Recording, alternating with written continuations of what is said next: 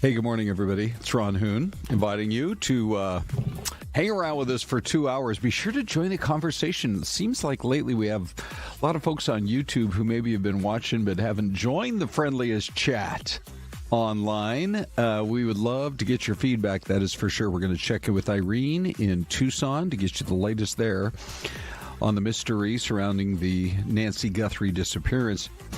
It is a lot of people think this is the second biggest day of the Phoenix WM Phoenix Open. Obviously Sunday is the grand finale, but it's Pro-Am Day, and boy, the celebs are out there. We've got that coming up. Plus, you're going to hear another viewer voicemail. We're loving what you're doing with that. We'll be on the air here in just a moment.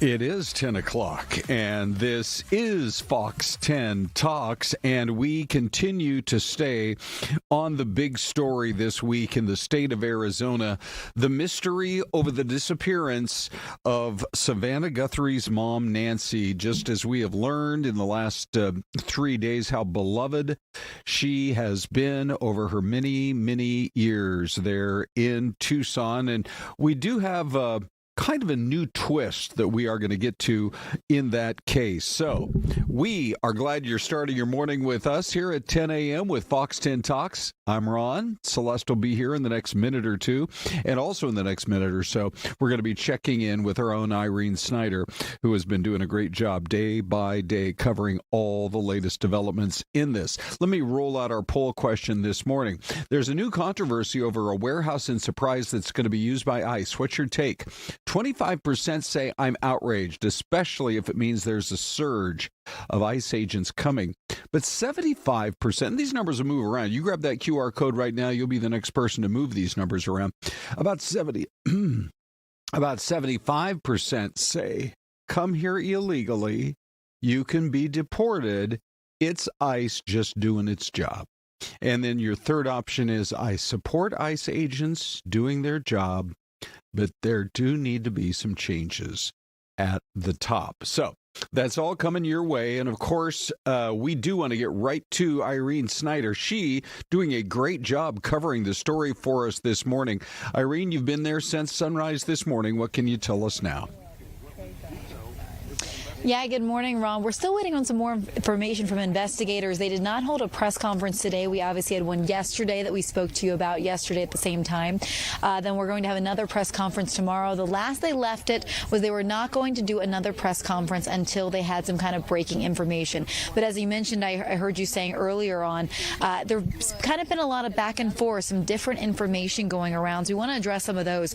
There's a lot of talk online about a suspect possibly that they're looking at right now, possibly the brother-in-law of Savannah Guthrie. Now, at this point, the sheriff's office has responded to those claims, saying they do not have a suspect or a person of interest in mind.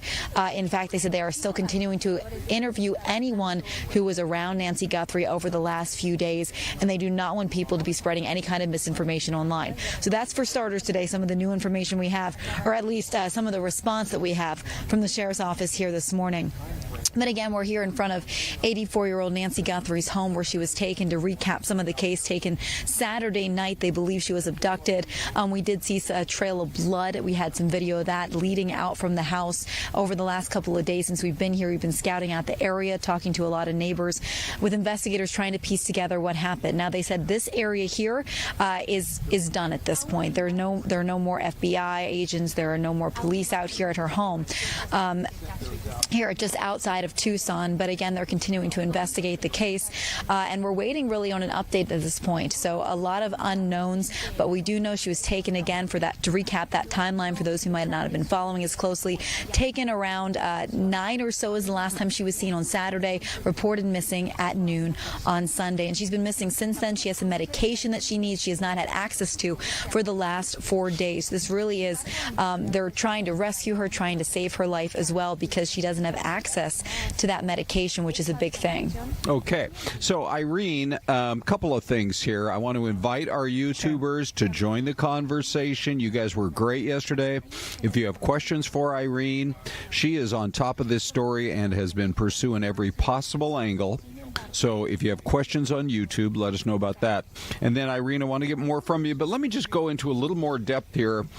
During the, or as a result of that report that you had earlier this morning, the sheriff took to social media, and here's what he posted. He said, "At this point, investigators have not identified a suspect or person of interest in this case. Detectives continue to speak with anyone who may have had contact with Mrs. Guthrie. Detectives are working closely with the Guthrie family, and while we appreciate the public's concern, the sharing of unverified accusations or false information is irresponsible and does not assist the investigation." So, because those reports were out there last night and into early this morning, it is an interesting twist that they felt they actually had to come out with this statement. And it does wrap up, Irene, with the very thing you were saying, that there is no suspect or person of interest that has been identified at this time. Now, in terms of kind of what you've been reporting, there were also reports of a possible ransom note, which they've acknowledged, I believe, right? The sheriff's acknowledged, but they say it's unverified. Do I have that correct? Did. Yeah, you're correct in saying that, Ron. So the new information we had overnight, or I believe we started to report it yesterday evening, was TMZ was the first one that reported this. They received a ransom note. And in that ransom note, they described, at least they say they described, what Nancy Guthrie was wearing at the time of her disappearance. They said that they, had some they identified some qualities there that would try and explain the fact that they are who they say they are in this case. TMZ did not release what they said exactly in that note, but the Sheriff's Department is looking it over. And also, it was not just TMZ that received that note. It was also several other media outlets here in the Tucson area, including our Fox affiliate here in Tucson. Yeah. Okay. Well, yeah, that makes it, it seems highly unusual. And again, they have to verify whether there's really anything. The odds that it could be a hoax are certainly something that you have to consider. But boy, it does seem weird that if you are kidnappers, which, of course, we hope she's still alive somewhere. We hope she didn't get kidnapped. There really isn't a full explanation of what happened to her. But if you're a kidnapper and you think that you've delivered the ransom note, why would you suddenly send it to a bunch of different TV stations and even to TMZ? That part of it really doesn't add up. Any other angles today, Irene, that you wanted to be sure to cover? Well, as far as that ransom note, Ron, we don't know exactly, obviously, why they left that note or if that even was the person who took Nancy Guthrie from her home here in the Catalina foothills just outside of Tucson. But again, they sent it to several media outlets, possibly because of the high-profile nature of Savannah Guthrie, who was her daughter. So that could be part of the reason why as well. But again, we don't know for sure. The sheriff's office has not confirmed that those are even legitimate ransom notes. So we're hoping to get more information. But also, they did say they're going to have a press conference every couple of days. So there will be another one tomorrow morning unless something else breaks in the meantime. Okay. Hey, by the way, here's an interesting question from Darren Lloyd on YouTube. Mm-hmm. Have they gone through the home cameras? Looks like a nice area where she was taken from. You never do know. Older homes may or may not. Newer homes most likely do. But what have you been able to figure out there regarding home cams? So it did look like there was a camera on the front of the home that was taken off. That could have been the police who took it off, FBI. That I'm not sure about. But we were told that, according to investigators, there were cameras inside the home, and they're going through that footage, but we're not sure if it even shows anything, if it was pointing in the right direction. It depends on how many cameras you have in the home, where they were facing, if it even would have picked up anything. They're also searching the neighborhood, talking to anyone around here if they had Ring cameras. The one thing to note, and I know I mentioned it to you yesterday, Ron, is these homes are pretty far spread out. It's not like they're right next to each other. It's not a full suburban development where we have homes where they would have heard a scream or, necessarily picked up anything on their Ring cameras either. So they're scouring the area. They said that they're, leaving no stone unturned and continuing that investigation here today and hopefully getting some more information for us. Irene, you've done an amazing job over the last several days down there. So kudos to you. I know there have been long mornings and speaking with the authorities and everything. One of the things I think some people may be asking is you covered the cameras, but Tucson is very close to the Arizona-Mexico border. Has that question been posed to the authorities in any of the press conferences? Is there a chance maybe that she could have been, taken south of the border? I mean, in the press conference yesterday, we asked about the extent of the search, and they said they are searching the entire area. They have a pretty wide radius as far as where they're searching. We don't have specific areas if they went, over the border or not. But it is, I want to say, about 45 minutes or so to the border from here, so it's not that far away. Okay. Irene, your reports have been excellent this morning, and we do always open it up to our friends on YouTube. So I'm sure we're going to stay on this story until we get some sort of resolution. Hopefully they find her alive and in decent shape. Irene, thanks for your reports today. She's done an amazing job the last couple of days. She sure has. I was watching some of the national coverage late last night as well, into the evening hours, and one of the reporters was doing a one-on-one with the sheriff.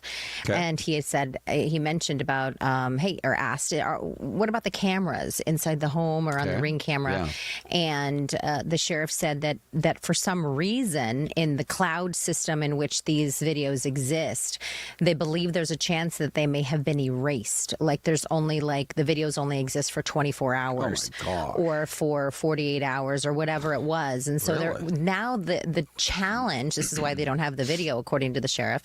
The challenge is that now they're working with the companies who host those cloud systems and the cameras to try to see if that video footage is available anywhere. We don't know if it'll show anything. It was 9:30 in the evening, cattle in the foothills. I have a friend, her parents live up there. I've been up there many times. It's very dark. It's a beautiful part of North Tucson and right nestled against those foothills. And it does raise the question of, is it so dark that is it a safety issue to at least have a few street lights that aren't blaring, but at least, a chance to see around? I know, sometimes if it's just that's the way it's always been, maybe that's the way it always stays. I think it has been, unfortunately. Exactly. But then this raises the whole question of, should we have just, for safety's sake, should you at least have, a few streetlights in neighborhoods everywhere? Something interesting, too. I mean, that email was sent out to everybody. TMZ released the video on there, about the ransom note. Right. And something else that the sheriff had shared with this correspondent last night was, he said, the fact that was released, the ransom note, it kind of put this investigation in potential jeopardy. I think there's a lot of things that they know, and obviously, like in any case, they're not sharing because there's still a lot of investigative work that they're working on. Yeah, for sure. But I think the people want answers, and so I think that's a difficult thing. By the way, Savannah has, of course, as you know, been asking for prayers for her mom on social media. Now we've learned that tomorrow, they're in Tucson. The community's invited out to a candlelight vigil, which will be at St. Philip's in the Hills. It's an Episcopal church there in Tucson. That may be the church that where Nancy was so beloved, and where really the whole story kind of began because she didn't show up for her regular Sunday church services, and a lot of parishioners were worried. Okay, that's our reporting there. We have a lot more to cover, including the fact that it's Golf Day USA here in the Valley of the Sun. I don't think that's a golf course, but it's our mystery, Cam. All right, give us your guesses.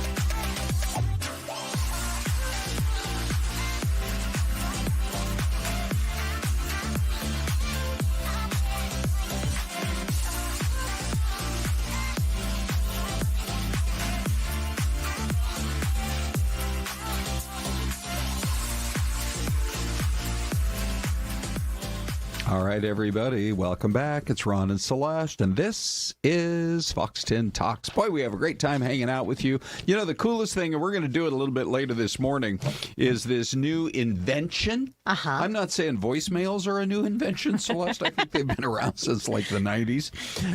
But Dave has figured out a way to do the viewer voicemail, and we had a fun one yesterday, and we got a great one for you a little bit later this hour. But we also love communicating with you on YouTube. Yes, we do. So if you're watching on TV, you can actually go to our YouTube channel, click on the little live option, and join our chat on YouTube. We'd love to hear from you, what city you're watching from. And but this is our mystery camera. We bring it to you every morning at about 10:15's time, and it's of a beautiful spot around the country. So we do have some really good guesses, Ron, in the chat box. Do look at Linda out there in the beautiful Gila Valley. Hey, Linda, is there still snow on Mount Graham? Let us know. Okay. I love the Gila Valley. You have a 10,000-foot mountain right out your back doorstep, practically. So anyway, we got Missouri, we've got Halakita with Kentucky, we have Brandon with New Mexico. Usually you can't go wrong by following one of those three, or maybe a Darren Lloyd with Nebraska. Yeah, or maybe a Burger Boy who says, I never know what to guess. That's the kind of blatant honesty we love, Burger Boy. All right, Ron, what are you going to go with, my friend? Well, I just like Sarah jumping in and saying definitely Ohio. LOL, but there's something about the countryside that makes me think Kentucky as well. How about you? I'll go Tennessee. Okay, we got a Kentucky, we got a Tennessee, and here she is, everybody. Here is your mystery camera, and it is Winslow, Arkansas. Oh, we were both so close. All right, here it is again. Yeah, it's kind of a gloomy day there in Winslow, Arkansas. Yes, it is. So you do see some of those trees that are barren from the winter, and even some ponds and lakes in this version of I don't know. I think it could be a golf course. Okay, so I'm just looking it up, Syleste, and it is on the highway to Bentonville. Yes. Now, the big report yesterday was that Walmart, for the first time all these years since Sam Walton opened his first Walmart store, just a little store there in Bentonville, used to drive around in his truck and check out store number 2. Yeah. Store number 3. People say that Bentonville, and it's a boom town, all thanks to Walmart. And but anyway, it's on the highway to Walmart. It looks to me, about 40 miles south of Bentonville. And people say that part of Arkansas is kind of pretty, and I see that. Yeah, it's gorgeous. Okay, Ron, speaking of Walmart, okay, you mentioned number 1, number 2 location. Right. How many, and those of you in the chat, maybe you want to take a poke at this as well. Okay. How many locations of Walmarts exist in the United States right now? It's interesting about this because I was just there. They're building a new one out in Far East Mesa right off the 24 freeway. Oh, they are. Yeah. They're going to need to extend that freeway of some sort because that's going to cause more traffic. Oh, my gosh. It's so. First of all, it's a freeway with stoplights on it, so that's weird. Second of all, yesterday, I'm driving my grandson home from football practice because I coach Little League football. And where the 24 comes to an end and meets Ironwood, I felt like probably half of all cars in the valley were at that one stoplight. Oh, they got to get this fixed. I mean, it's like miles. Yeah. Okay, how many Walmarts do you think? I was researching anyway about new Walmarts. I think I read that they are going to be adding about 100 new stores in the next 2 to 3 years. Yes. And then I believe it was in the 1,500 range for stores. Okay. But I might be a little bit off. Okay, Darla Nichols says over 3,000. Lil Philosophy says 3,500. Wow. And let's see, 5,200 total Walmart retail units exist in the United States. Okay. 3,562 supercenters and 672 neighborhood markets. Hold on, 3,562 supercenters? Yes. Really? I want to know this. Okay, and then how many neighborhood markets? Neighborhood markets, 672. 672. 352 discount stores. I don't even know if one of those exists. Oh, and this is combined with 601 Sam's Club. So I guess you would, it'd be more like 4,700 or something like that. The thing that is so cool cool about watching them go to $1 trillion in value, which the way you calculate that is super simple. The total number of shares that are out there that you can purchase of Walmart times the price. That's all. It's so simple. But they say in big measure, it's not just their stores, which I'm in a Walmart store, all the time. Yeah. And their sales are going up because inflation makes you price sensitive. And when I am at a different store, like yesterday I was at Safeway. Okay. And if I know what the price is of that item at Walmart, I am like physically incapable of paying $1 more for it at a different store. You're sweating bullets. You're I am not walking in this place. I cannot do it. Right. I'm right there with you. And so maybe you check it out on the app. Yeah. What's the price on the app? That'll tell you. There is some really good news, which is that snack prices finally might be coming down. Okay. That's coming up a little bit later. But it is pro. Oh, by the way, so we gave you the answer there, and it is Arkansas, and it is beautiful. But it's Pro-Am Day, the Annexus Pro-Am. So here's what we did. We went out there with Danielle Miller. Now, how are any of these superstars going to turn down a little chat with Danielle? I highly doubt it. Yeah. So Michael Phelps comes walking by, and she's like, all right, let's chat. I mean, we were just talking. I think this is my 8th or 10th year out here, and there's nothing better. Obviously we've gone through hailstorms, we've gone through great weather, but for me this time of year, bring the community together, what the Thunderbirds do for the community here in Scottsdale and Phoenix and Arizona, but also being able to come out and play this course. I'm a golf nut, and we'll see how the game is today. How does your abilities in the pool translate on the course? Not at all. My nerves are a lot higher here than they ever were winning a gold medal. Wow, that's a great quote, isn't it? That's great, yes. Yeah. Michael Phelps still gets nerves. Oh, yeah. That's the part of the story that surprised me a little bit, even on the worldwide stage with the Olympics. Right? It's interesting, too. I always think about when he won those, 8 Olympic gold medals or whatever it was, he talked about what he had for breakfast, and it was like, a dozen eggs, this many pizzas for lunch. I'm just waiting for one guy to say, I went to Bosa this morning and pigged out. Right? Yeah. Okay, so that's the lead up to Danielle's reporting at the Waste Management Phoenix Open, the WMPO as they call it, and she's had so much fun out there today. Here's one of her reports from just a little while ago. That is right. Yeah, we're right in the middle of the action. Speaking of Michael Phelps, here he comes right here. We just saw Archie Bradley. He was walking next to him, too, if anybody remembers him from the D-backs there. But there goes Michael. Just had a few warm-up swings. He's going to go hit the course. Him and all the other celebrities out here. We've seen so many people so far out here. And I think one of the main stars, of course, since we're talking about golf, is Scheffler back there. Take a look at him. He's in the brown zip-up hoodie there. He's been warming up. Chris, the co-chair with the Thunderbirds, we were just talking about it. I mean, they make it look so easy. Just it's effortless for them. Hey, we promise 82 and sunny every year, and here's what we got. And we have the world's #1 right behind me, as you mentioned, Scotty Scheffler, and it's just a great atmosphere out here, a lot of buzz, great energy. And there are so many people out here. They take pictures. This is really cool for fans to be able to get up close and personal with these celebrities and the golfers. Well, the fans would tell you this is one of the best stops in the country to see golf, see the players. We have an incredible fan base, great sponsors, a number of volunteers, and we're a community that makes this work. And that's what the best part about our role as Thunderbirds is we get to do all of this, host a golf tournament, and provide all of the proceeds from the golf tournament to charity. And talk about the Annexus Pro-Am. This is basically celebrities teaming up with the pros, and we have some really top-notch players and celebrities out here teaming up. Well, just a minute ago, you heard the announcement of Travis Kelce, and the throngs of people went over to one to go see him tee off.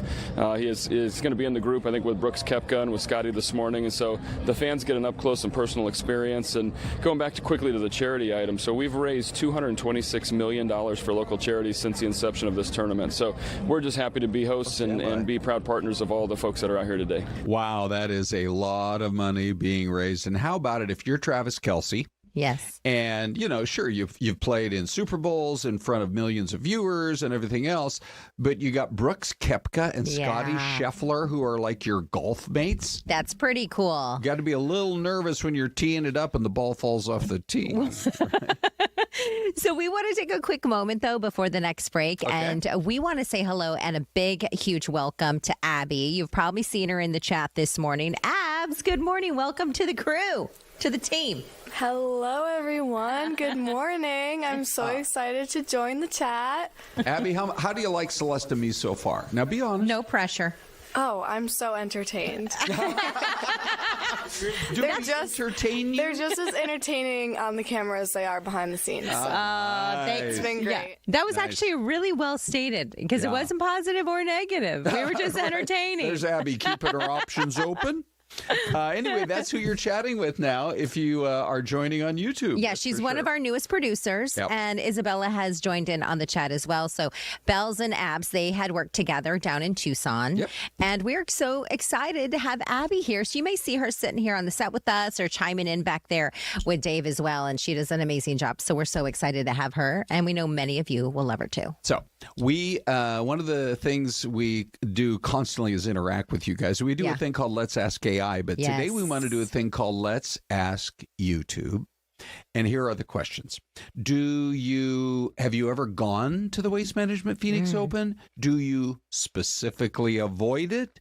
Do you have a favorite event that you actually, whether you go to this one or not, do you have a favorite event that you go to almost every year and you can't wait for it to happen? Oh, yeah, that's a good question. Some of those? So it doesn't have to be the Phoenix Open. It could be any event. Correct. If you're not a golf fan, maybe there's something else you love to attend. Maybe you're NASCAR. Yeah. You know what mine is, Syleste? What is yours? It's the VNSA book sale. Did you know I was going to say that? I figured it was that or the JDRF Open I love that event. one, too. It's 1 and 1A. Yeah. But if you've never been before, it's the world's largest 2-day used book sale, and it's coming up in about another week. I think it's a week from this Saturday at the Arizona State Fairgrounds. And as I've been doing for more than 35 years, I'll be emceeing the event. It kicks off Saturday morning at 8 a.m. I love it. So you guys share with us if you have a favorite event, something you love to do. What's yours, Syleste? That's a really, really good question.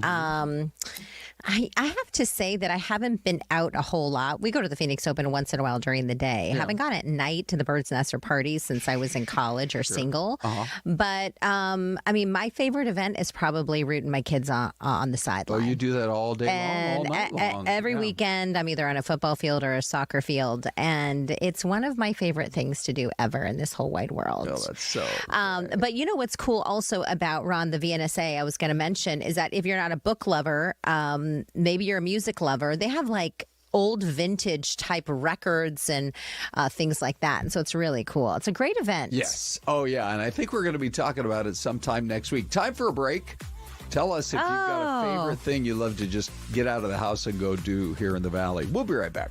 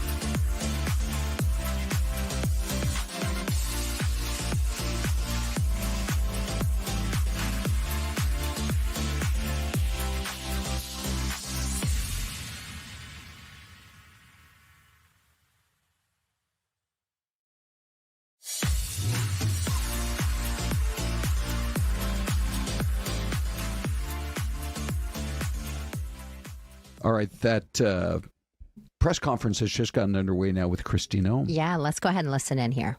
Come first, because they're the people who have built this country, and that they're the ones who are here working jobs and putting their kids through school and doing the right thing to make sure that our freedom and our liberties are secured. So I want to thank him for his leadership, for the fact that he told the American people what we needed.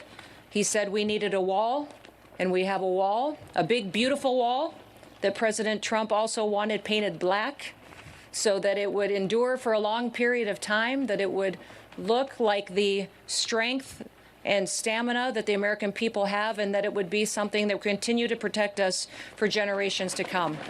But I also wanted to come here today and thank all of you. I'm looking out in this group of individuals, and I see a group of patriots, people who stepped up during difficult times and led us through challenges, but also are still here today making sure that we continue down the path of what we committed to the American people. I want to thank all the individuals I see from CBP, from ICE, the Coast Guard. I see our law enforcement partners, the Department of War, National Guard, all of our local sheriffs and law enforcement that have partnered with us, and then those individuals who kept the faith, that came alongside of us and encouraged our law enforcement, stood beside them and supported them and their families.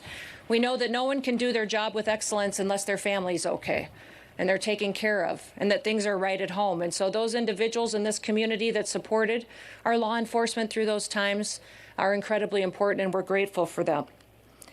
The high degree of talent and experience that we have here today is a testament to not just President Trump's commitment, but also to the people that have secured the border and have also worked every single day to make sure that America is safe again.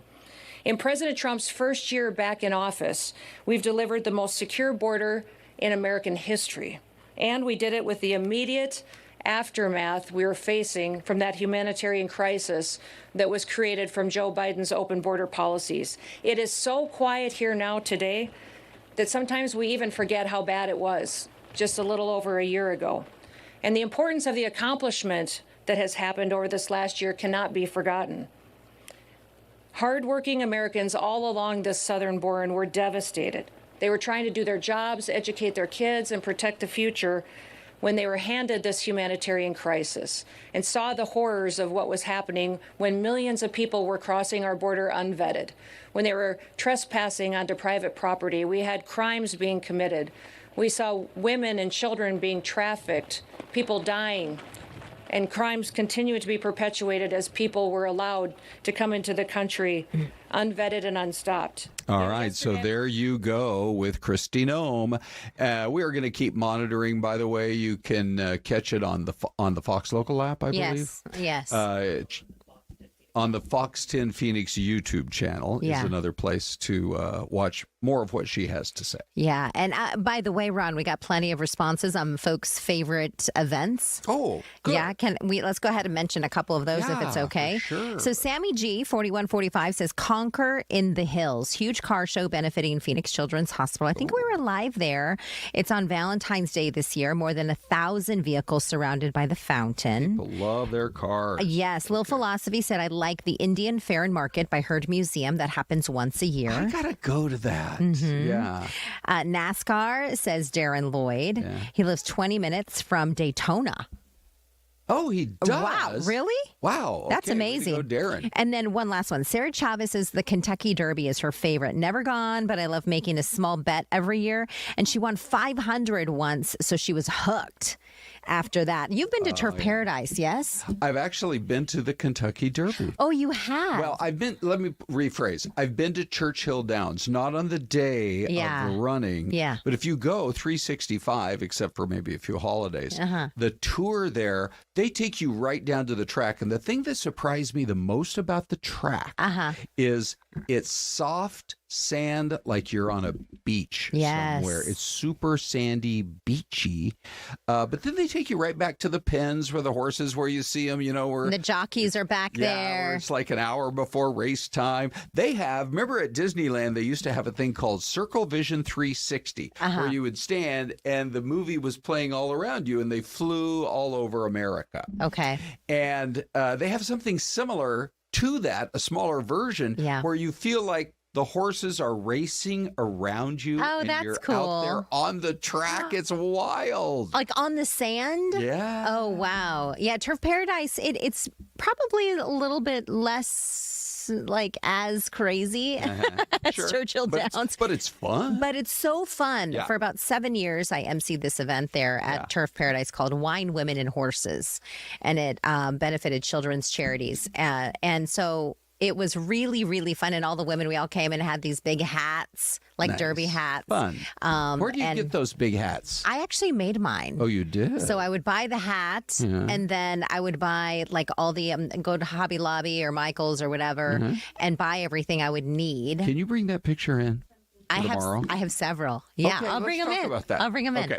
Hey, so there's a big controversy brewing now right here in the Valley. We always say there's an Arizona angle to every story, and it looks like there might be one now, where ICE is contracting with a facility out in Surprise. Yes. That apparently is going to be used as part of their operations in the coming months. And so Taylor Wirtz was at the Surprise Council meeting just yesterday, and we are going to take you there because her report, I think, does a really good job of helping you understand exactly kind of how people are feeling about this. Ready? Here she goes. Just last week, people in Surprise were met with the news that the Department of Homeland Security purchased a 418,000 square foot warehouse within the city near Sweetwater Avenue and Dysart Road. Don't let this happen. That's around the corner from Jane Robinson. A half a mile? Tuesday night, she and hundreds of others showed up to the Surprise City Council meeting to voice their opinions, both in support and opposition. It's going to have a negative effect on our community. It's not interrupting our daily lives. It's not in the middle of our city. The turnout so large, many had to wait outside. I've seen what they're doing in other cities.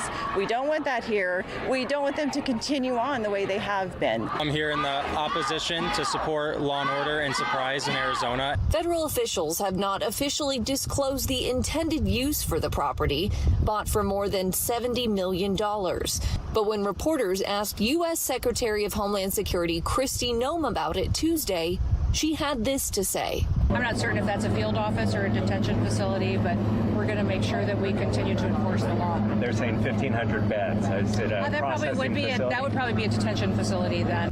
Despite the protests, some residents are in favor of the facility. It's sad to see that this is what's come to where we're supporting illegal aliens and criminals in this country. The city of Surprise said in a statement it was unaware of the sale and was never contacted by DHS, as federal projects are not subject to zoning regulations. Although the city cannot regulate the Homeland Security's purchase or the use of the building, the council is genuinely committed to hearing your thoughts and your concerns. All right, so there is Taylor Wirtz. Great report on what was going on. You can see people are passionate about it, that's for sure. So, Celeste, let's go right into the poll question. All right. Boy, these numbers have moved around. There's the QR code. So, what is your take on all of this? 9% of you say I'm outraged, especially if it means there's a surge of ICE agents coming. Now, 89% say, look, come here illegally and commit a crime and you can be deported. It's ICE just doing its job. There's a third option, which is I support ICE agents doing their job, but there need to be some changes at the top, because you hear people talking about that as well. So on YouTube, bit of a split here. When we look at the numbers, I'm outraged, especially if it means a surge of ICE agents coming. 48% voting in that one, but 1.1 thousand votes in just the last hour. Come here illegally, you can be deported. It's ICE doing its job, 44%.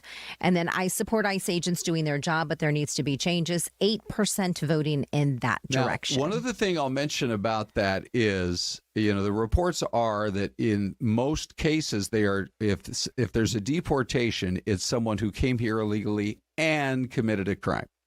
And so that's more the gist of that question. But even then, you can see it's running pretty close to 50-50. Outraged, don't want to see it happen, 48%, 44%. here illegally, especially if you commit a crime, you can be deported. It's ICE doing its job. So now, Syleste, let's do this. Big D. Let's go to Big D and see what folks are actually saying. That's right. Reality Disabled 3979 says there's a huge difference in deporting people who are here illegally and breaking laws than just taking all people in a color or nationality group. What's being said and what's being done aren't matching. Hokey Pokey Pots says illegal immigrants who have no criminal record should be given citizenship, and a criminal record should be verified before someone is grabbed off the street, out of their homes, or from their jobs. Charles C. 1717 says, if you're here legally, don't worry about it. If you're here illegally, I guess you have to worry about being deported back to where you came from. Really interesting comments, and again, you can comment on our YouTube page as well as on fox10phoenix.com/poll. Yeah, and we're actually seeing some of that. For example, Darren is just commenting, Syleste, on that right now. Yeah. He said, I explained that in New Zealand. Yeah. He says, if I go to visit New Zealand, I overstay my welcome, or any other country, they're eventually going to put me out. I don't think we can go anywhere yet. Ron, can we go back to Big D? Big D. Yes, sure. Is he a vision in a navy blue button down or what? Yeah, man. He's getting ready for today's his big moment. Did somebody make a little visit to Dillard's in the last week or two? You know, my wife buys all my clothes, and she does a nice job. Anna, great job. Yes. But yes, we're going to be filming a promo today because we have exciting news. Starting March 2nd, you'll be able to see us from 10 a.m. to 11 a.m. on Fox 10. So in addition to Channel 45, Cable 9, which is Fox 10 Extra, in addition to YouTube, in addition to the Fox local app, in addition to fox10phoenix.com, get ready to watch us on Fox 10 too. Well, that explains why Dave walked in today with 3 makeup artists. Wow. He had an entourage. Yeah, he did. And I thought, wow, something big's coming. Did he have someone with like a big round brush also blow drying his hair? Probably. Oh, my hot curlers. Yeah, he kept saying something like, well, when's my close-up? When's my close-up? Anyway, that is so cool. Dave and Bella are also going to be part of this promotional announcement. Boy, yeah, we are excited about the fact, and it makes perfect sense, that Fox 10 Talks is now going to be on Fox 10. Yeah, and we're going to just keep talking. Yeah, we are. Somehow we'll figure that out for sure. We have loved, and there have been so many of you who've shared kind of your favorite event in our chat, and that is our viewer voicemail question as well today, correct? Correct. So coming up after the break, you'll hear we went through all of yesterday's voicemails. Mm-hmm. We're going to play the best one. Today, our viewer voicemail here, I'm going to pop it up on the screen right now. It's 602-262-0428. Sell us on it. What's the one event every year that you love going to here in the Valley? And maybe it'll all change our calendars here in the future. Anyway, we'll be back after this.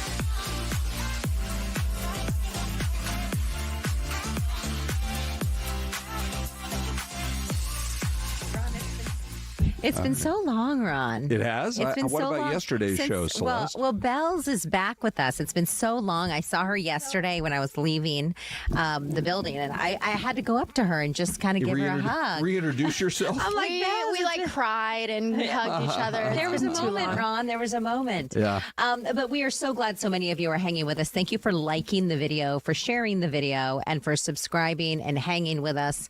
It's so fun to kind of share a part of your day with all of you, and we're glad that you share part of yours with and us. Bella's constantly on there reading your comments. Yeah. We've seen some good ones today. Lots of good ones. I love what Darren just said, which is, are you kidding me? Now you guys are going to be on Big Fox 10. Yeah. How am I going to get any work done? How am I going to make any money? Because I got to keep watching. Or at least listen. Like if you're in a call. You know, I mean, I'm not going to tell you to put the mute button on the Zoom camera, but, you know, you can do that probably. Hey, can I just say, we go through and we listen to a lot of your viewer voicemails. Yeah, we do. At least for now, there's time. Mm-hmm. If we get like 200 a day, it'll be tough. Yes. But yesterday, you guys were so great. The really comments was were fun. so nice. Yeah. You know, about how much you love the show. Mm-hmm. Yeah. Right? Really sweet. Yeah. Mm-hmm. So of all of the comments, here's the one that we selected from our new viewer voicemail. You'll hear it, and then we will react because it's another way for us to interact with you. Ready, go. Hey, you TV people. I sure do enjoy you. I'm an Old Town Scottsdale resident, and the positivity, the 2 hours of just friendly conversation is just so refreshing. And also the 0428, that's easy to remember because that was the Shelby Mustang. That was the engine size for the big Mustang. But I don't even remember why I called, just to say thank you. And also, Corey McCloskey borrowed some money from me at the horse track, and I don't know if he's good for that. But run that past him if you will. I'm just kidding. I'm not half as funny as I think I am. Boy, this won't make the air. No, but the it did. optimistic window washer said as he was falling, he said, "So far, so good." Anyways, I just called to say thanks. Have a good day, guys. Oh, my gosh. This won't make it. Guess what? It just did. It did. That was really funny. Oh, I know. that's really great. What a sweetheart. Okay, so we'll have to, I'll volunteer to stay late today to collect the money that Corey owes this fella. Yes. I don't know. I mean, it was at the racetrack. So you're going to wait for Corey in the parking lot? That's going to be a real welcome to work type of moment. I had a guy roll his window down in traffic yesterday. I was going up 7th Ave. Uh-huh. You guys probably, both of you are not as, say, tight with the dollar as yours truly is. I know where you were headed on a Tuesday. Yeah. $10 Tuesday at KFC, 7th Ave and Thomas. Yes. There you go. Right on the corner. If you ever want a celebrity sighting of the Hooner, I'm usually there on Tuesday. And the chicken's pretty good. One day I was starving and Ron's like, I got a piece of chicken. Correct.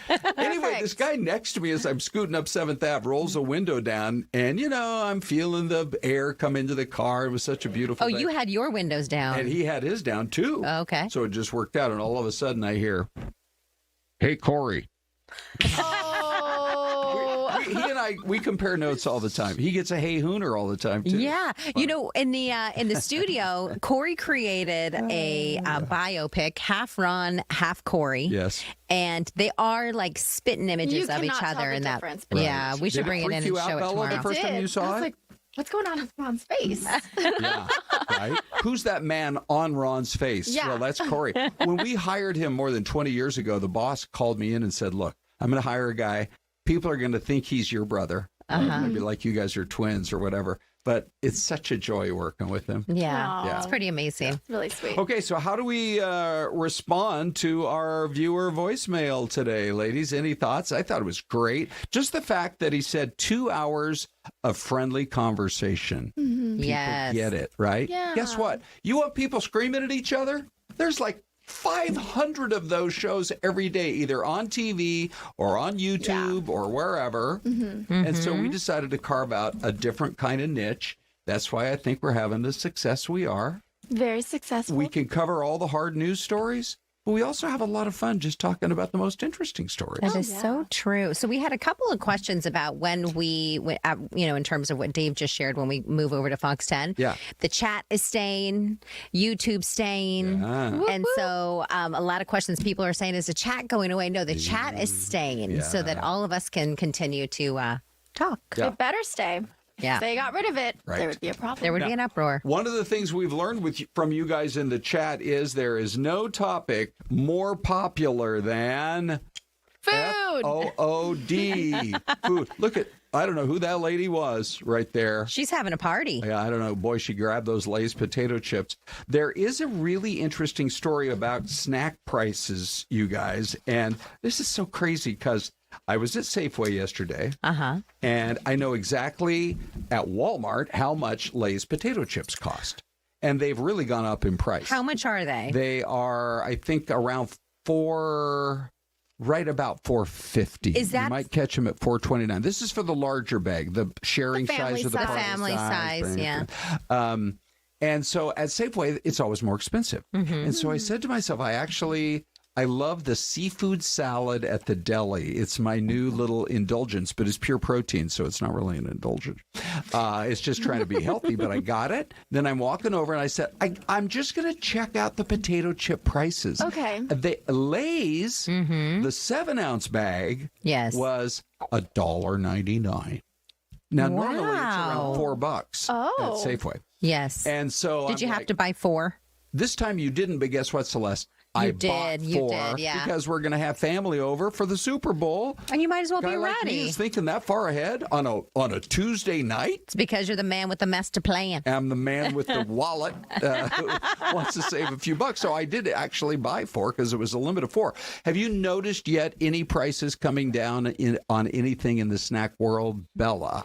Or is it still as high as you've ever seen? I just think everything gets more and more expensive. Yeah. I personally haven't seen a price change in the snack aisle, but I try to avoid the snack aisle. So maybe I don't have the best insight on that. Well, I try to shop the parameter of the grocery I've heard store about this type of thing and avoid the inside. I feel like it's an insidious movement that I'm not going to participate in. I wanted to know though, Ron, if you got 4 bags of chips, what 4 flavors did you get? Oh no, I just got the same. As a grandfather, here's like on Saturday morning, I was at Bash's. And I got all this exact same donut, which is a maple bar, because I was going to run some over to the grandkids. Yes. As a grandparent, you guys who are grandparents, you know what I'm about to say. If you pull out multiple choices, there's a white sprinkle and a pink sprinkle and a blue sprinkle and a couple of maple bars and a sugar donut. Yes. Fights. Yeah. Arguments. Uproar.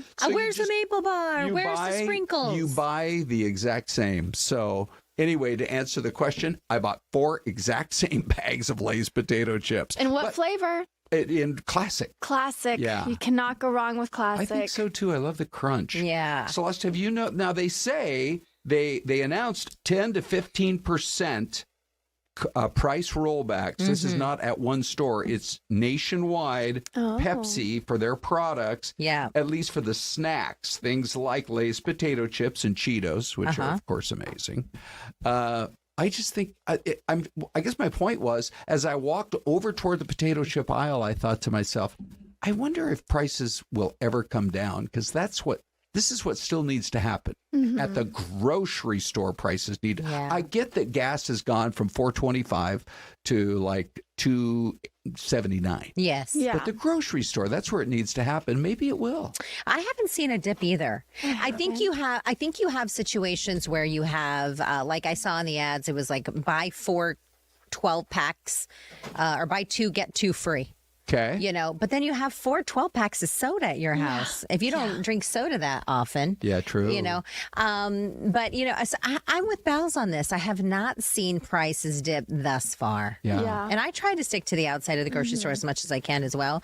I made an amazing pasta primavera yesterday with chicken when I got home at 2. I saw that on your story. Yeah, it looked amazing. And I just pulled everything out of the freezer because I was so hungry. I'm like, what do I want to eat? And I was looking for something a little bit different. Right. And I just threw everything in one pot. It was a one-pot meal. So in the YouTube chat, if you guys want to tell us, is there a snack that you've been waiting to see the price come down on, where it went up way too much and you want to see a price come down? Well, look at Jared of Sonora. He says 12 packs of soda I've seen $13.99. That's crazy. And I'm with you. Crazy. So you got to spend then, you know, $28 on soda, and then you get 2 other 12 packs free. That's nuts. I like Sammy G. She's saying, I choose the Ruffles Ruffles over the Lays. Oh, okay. She's a Ruffles gal. Averages. Jared of Sonora says that Dollar General has those TGI Fridays potato chips for $1. Oh. Is that, you know what? Those are really good. My eyes are not as good as yours, Bella, and I thought what that was DQ has them for $1 on Fridays. Dollar General.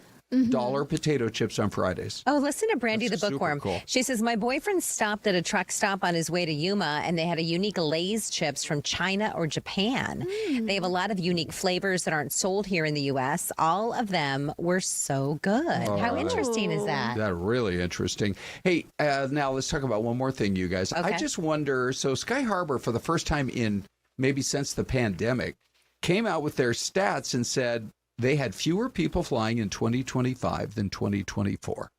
And there's speculation that part of it has to do with coming out of the pandemic. Everybody in like 24 was like, I'm going to take a trip somewhere. Right. I haven't traveled in a couple, 3 years. And May were coming down off of that surge. But I just wonder if the cost of flying, I've talked to so many people who say, like I fly to Seattle back and forth a lot. Renee's got family up there. And, so do I. You know, I mean, it used to be that you could get a round trip ticket for $199 on Alaska Airlines. Yeah. No. And now there are a lot more flights, but it's not unusual to find $500 just to get from here to Seattle. Yeah. That's nuts. When you could probably, if you were, could travel on a Tuesday, Wednesday, I've seen flights to Maui for $536. Ooh, that's pretty good. If you want to take off on a Wednesday and then come back the following Wednesday or Sunday. So the fact that it's that expensive to fly, I think people are saying, okay, whoa, we're going to hit the brakes. Yeah. Or maybe we drive. Maybe we drive. Yep, exactly. Right. Bella, what do you think here? Do you think that people are maybe saying, I've kind of reached my limit with these airfares?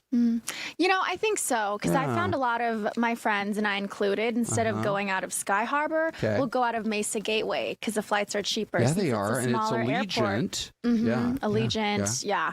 So I think everyone is just kind of tired of paying a lot of money for things. Yeah. Like potato chips, just like you said. Good. Well, if you load up on the potato chips and save yourself $50, maybe you can, actually take a bite of an airfare here at some point. But I do think that's part of it. I think that people are like, I'll fly again, especially if you can drive to Cali in 6 hours. Yes. Yeah. We're going up to see my daughter in Salt Lake probably in a month or so. We might drive. That's an easy drive through Vegas. Yeah. And a beautiful drive. If the airfares are $400, you can drive there, for 2 tanks of gas. Or you drive through Page and St. George. It's beautiful. You might think, is this more expensive, the flight or the gas? Yeah, so true. You definitely compare. Hey, by the way, thank you for sharing part of your day with us and those viewer voicemails. We look forward to hearing from you. Tell us about your favorite thing to do in the Valley. Bye. See you now.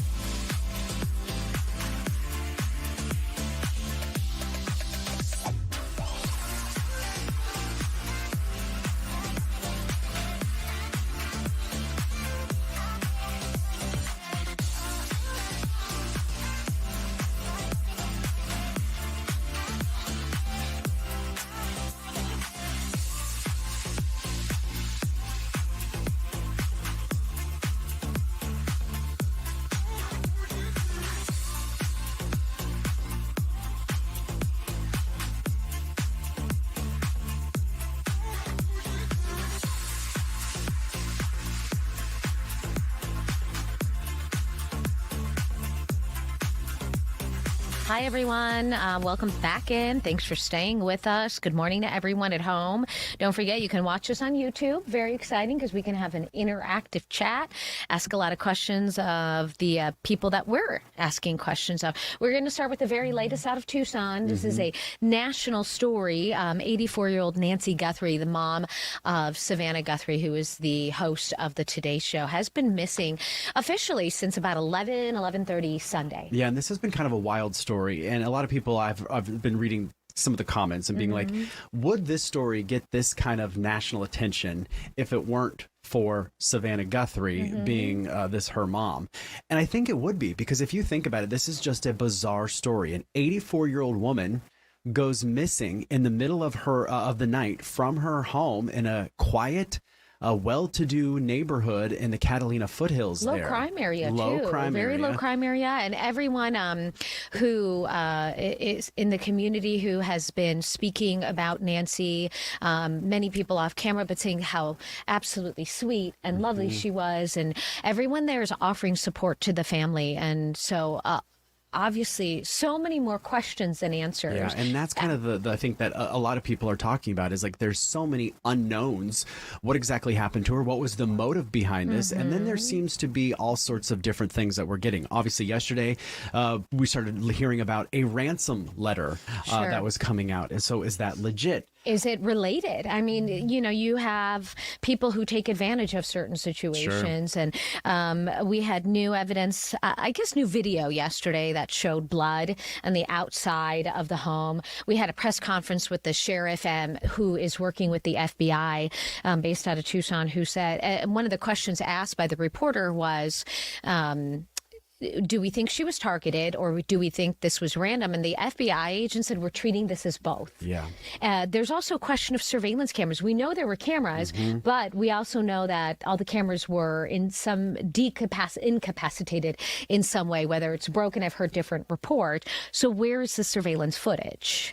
All right, we are working to get a signal here with Tyler Butler. He is the morning anchor at KOLD in Tucson. He joined us here not too long ago. I think it was on Monday, and he's joining us again this morning. Tyler, good morning. Thanks for agreeing to talk to us again.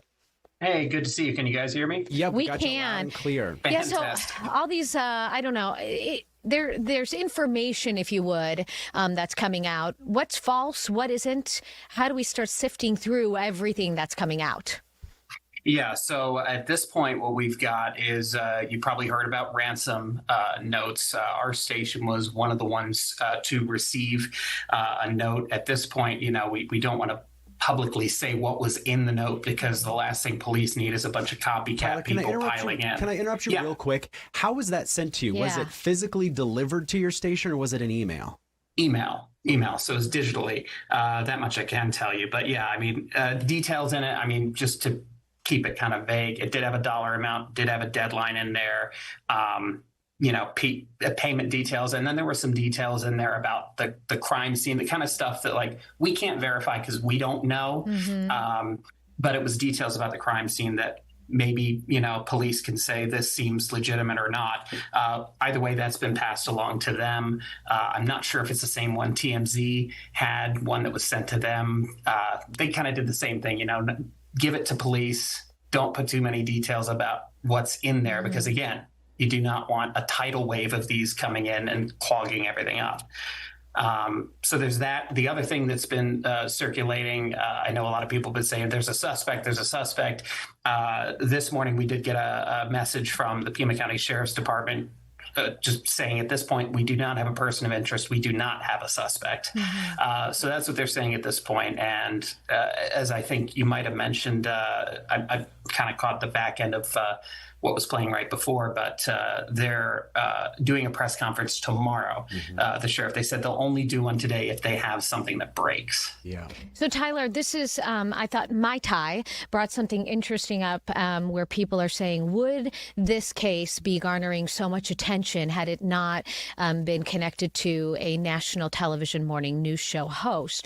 Talk to us a little bit about the community for people who are not familiar with Tucson. And, Tai said, yeah, of course course it would. We have an 84-year-old woman who went missing out of her home in the middle of the night. There appears to be some type of blood evidence. Talk a little bit about the community, and does something like this happen often? Has it happened before? I mean, I don't know how long you guys have been doing this. This is the first time I've ever had a abduction and ransom kind of thing in my career. It's very unusual, this whole thing, especially, I mean, for our police department here. We managed to get an exclusive interview with the sheriff yesterday, and he was like, this does not happen in Tucson. Now, would there be this level of interest in it if it weren't Savannah Guthrie's mom? I mean, that's something I've certainly thought about myself. It's a weird enough story that I think even without that angle, it would garner some interest. But I think because it is Savannah Guthrie's mother, I mean, we're getting, I'm talking to you guys here, we're getting requests from like Australia to talk to our reporters and stuff like that. I mean, this is blown up, and I think, yes, part of it is because of that, but at the same time, this is such a weird, unusual crime, and it is kind of surreal. One of the reporters at the White House yesterday asked the president about it, and so he's heard about it.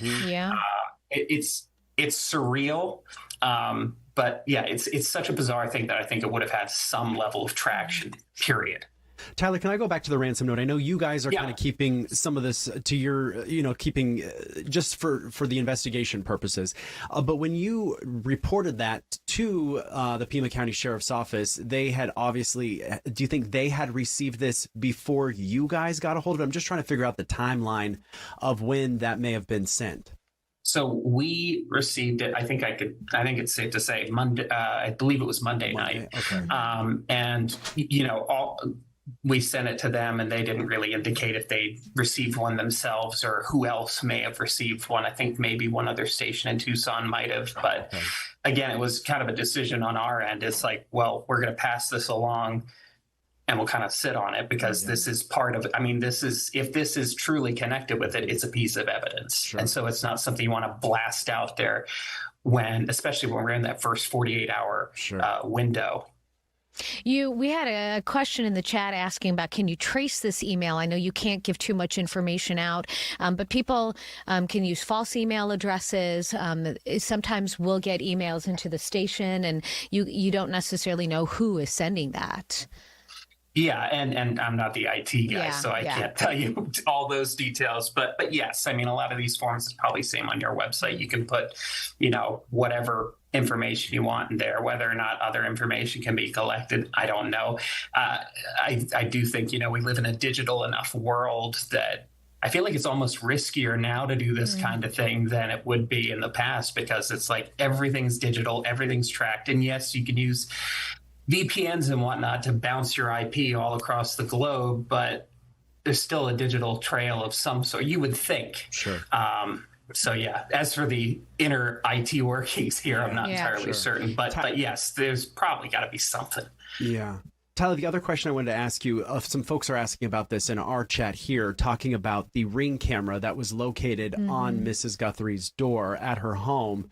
In some of the video, it is missing. Do you know, I don't know if you were able to talk to the sheriff's department as if they took that camera as part of their investigation, or as people are talking about the fact that the Ring camera is missing from the door? Yeah, and that I'm know what they've told us kind of last time is they're in touch with the companies that manufacture these things.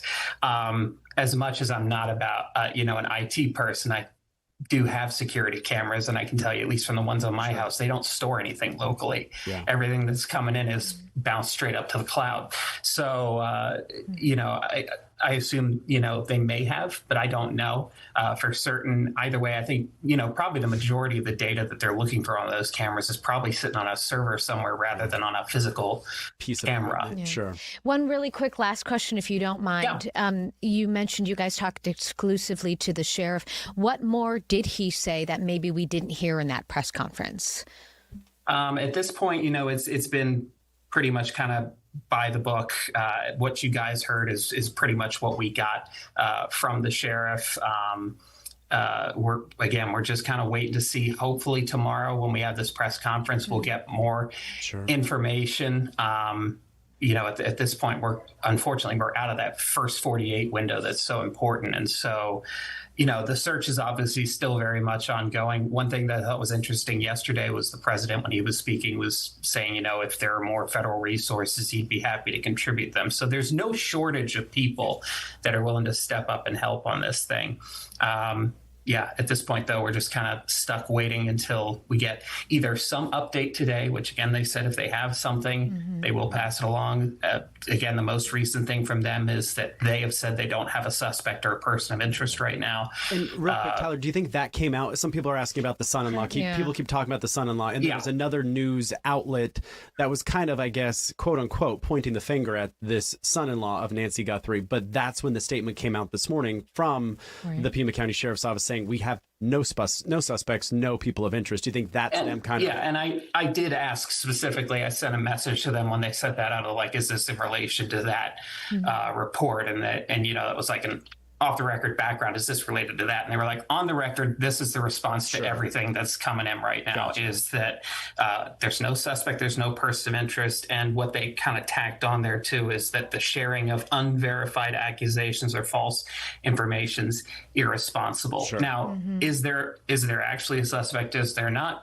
Don't know. Right. If they do have a suspect or somebody in-house and, they're trying to work toward that, and this is speaking generally in an investigative sense, but if you've got a suspect and you're trying to kind of collect everything and get to this person, you don't want to wave a giant flag that says, hey, we've got a guy, we're interested in this guy and we're coming for this guy. Yeah. So, is there a level of chess being played here?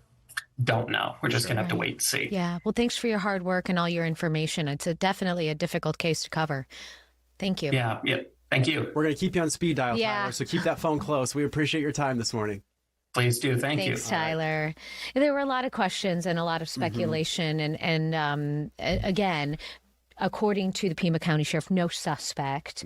And right now they are using absolutely every resource possible. We saw in our own video that they had the chopper again flying over Nancy Guthrie's home and that entire area, the mountain area, searching for any sign, any clue. Somebody was also asking about the connection that Nancy and Savannah have to Arizona. We do know that she went to U of A. She was a graduate there. We also know that Nancy worked at U of A. So they have deep ties here to the Arizona, to the state of Arizona. She anchored into the Tucson area as Kagon. Yes, she worked there. So if I'm not mistaken, they're from that area. And I know Nancy raised her children when her husband passed in the Tucson area as well. They've been in Arizona for decades. Okay, we're going to take a quick break, and we've got 3 guests we're going to try to squeeze in, you guys, in the next block.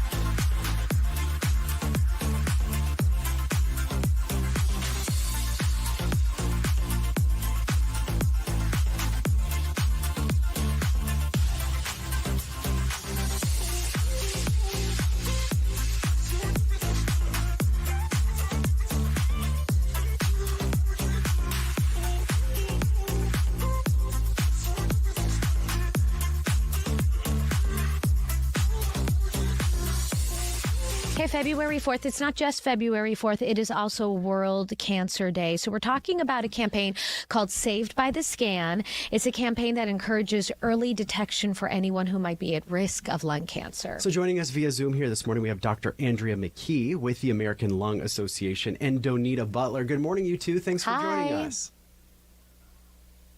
All right, I think we're having issues with audio. We can't hear you guys. We can hear ourselves, but we can't quite hear you. Let's see if we can try to unmute on our end. I think it's on our end. I think you guys are doing great. Just give us a second. All right, give us another mic check here. I think we're good. Can you hear us? Now they've lost us. All right, you know what? We're going to try and figure... Oh, you got us? You're there? Yeah, now I hear you. Oh, fantastic. Yay. Well, good morning, you two. Introduce yourselves for us. Hi. My name is Donnita Butler. I am a lung cancer survivor. Good for you. A wonderful one. I'm Dr. Andrea McKee. I'm a radiation oncologist and a spokesperson for the American Lung Association. So tell us about this Saved by the Scan campaign. Saved by the Scan campaign is a terrific way of raising awareness about a relatively new test that can literally save lives through screening for lung cancer. So for individuals who are at high risk for lung cancer, we now are able to find it very, very early. Donnita is an individual who is at risk for lung cancer, and her life was literally saved by the scan. It sure was. Can you talk a little bit about why you decided to get that scan, Donnita?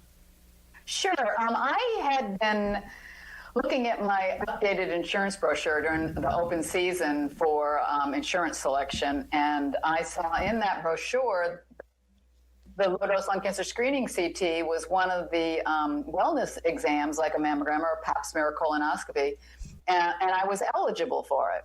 So I went to my primary care doctor at the time and requested it. That particular primary care doctor I was with wasn't real receptive to my request, told me that my insurance wouldn't cover it, and I pushed back, and I got my order, and that particular scan came back okay. I didn't have a good relationship there, and COVID came along, and grandbabies came along, and next thing I knew, 5 years went by, and I had dropped the ball on asking for, because it's supposed to be an annual test, right? I had dropped the ball on asking for it, and it wasn't offered either, I have to say. Anyway, I decided I wasn't happy with my relationship with my doctor, and I went to a new primary care doctor 5 years later, and I asked for a scan again, and I got one, and that was the one where my lung cancer was detected. By that time, I had been tobacco-free for 13 years at that time. And the same day that I got that scan, I received a phone call from the doctor that said it is urgent that you need to get to a pulmonologist, that there's been a nodule found.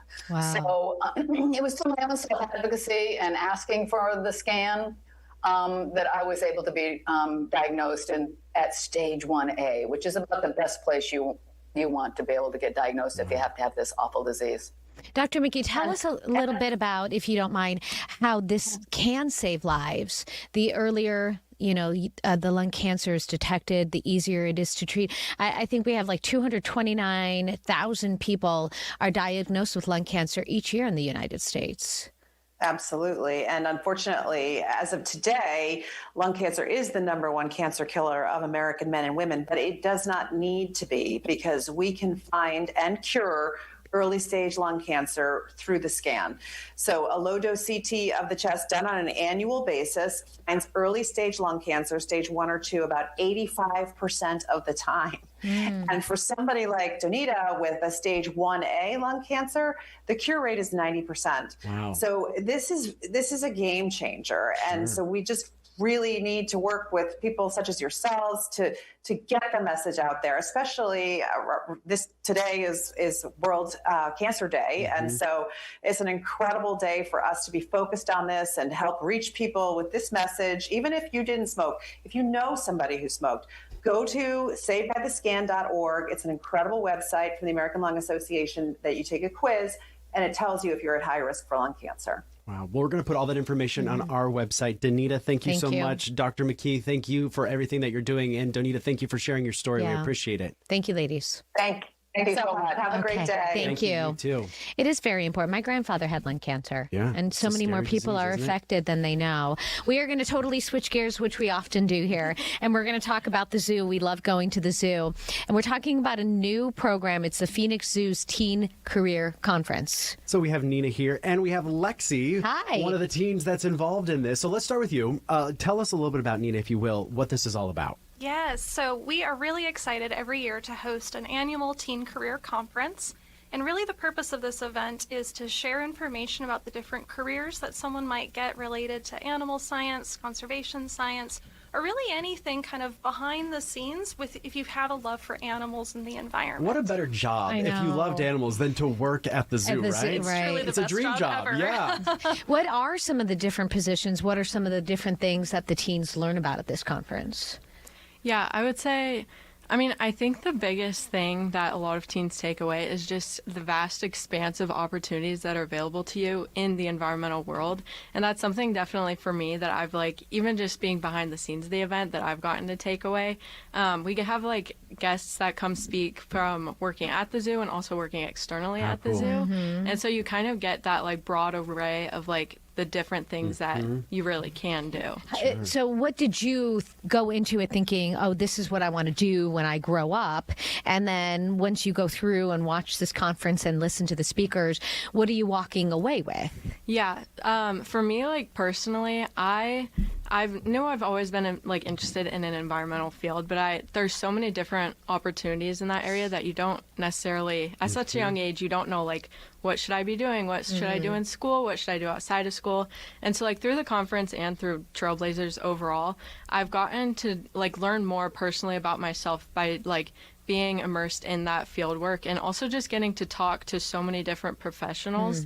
And me personally, I've sort of learned that I'm more interested in the engineering pathway. At our last conference last year, we had one speaker who he worked with, I'm trying to remember. The Arizona Department of Transportation. Yes. Yeah. Oh. And he worked with building Animal Crossings.